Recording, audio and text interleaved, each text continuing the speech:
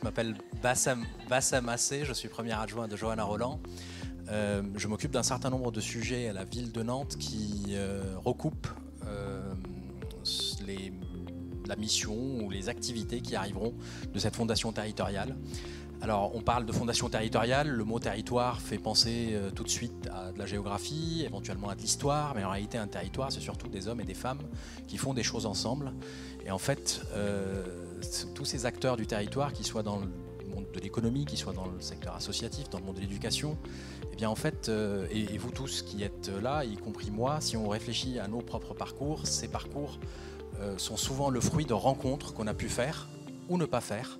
Et en fait, toute la différence se fait au travers de ces rencontres qui se font. Et je pense qu'une fondation territoriale, c'est justement un lieu de rencontre d'acteurs qui veulent s'engager pour leur territoire, d'acteurs qui veulent s'engager au-delà des risques de greenwashing, de social washing et de tout ce qu'on peut imaginer autour de l'image de marque, la communication, etc. C'est important, ça joue, mais ce n'est pas l'essentiel. Je crois que l'essentiel de ce qui se passera dans cette fondation, ce sont ces rencontres qui auront lieu entre vous acteurs associatifs, vous acteurs de l'éducation éventuellement, acteurs du monde économique, et puis ces rencontres qui vont aussi s'élargir et permettre à des gens qui potentiellement n'ont pas la chance d'avoir ces rencontres.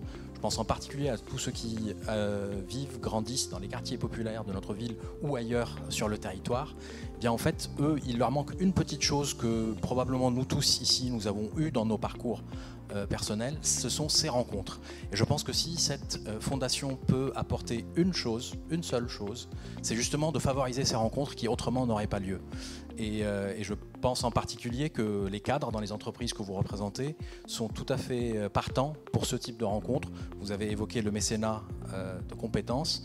Eh bien, typiquement, ça, c'est le genre de choses qui peut attirer vos futurs salariés, faire en sorte qu'ils vont rester chez vous quand vous êtes acteur économique, et puis aussi, éventuellement, qu'ils puissent transmettre ce qu'ils ont pu apprendre à des personnes qui, autrement, n'auraient pas accès à ces rencontres, à ces compétences, à ces échanges et à ces ouvertures de perspectives.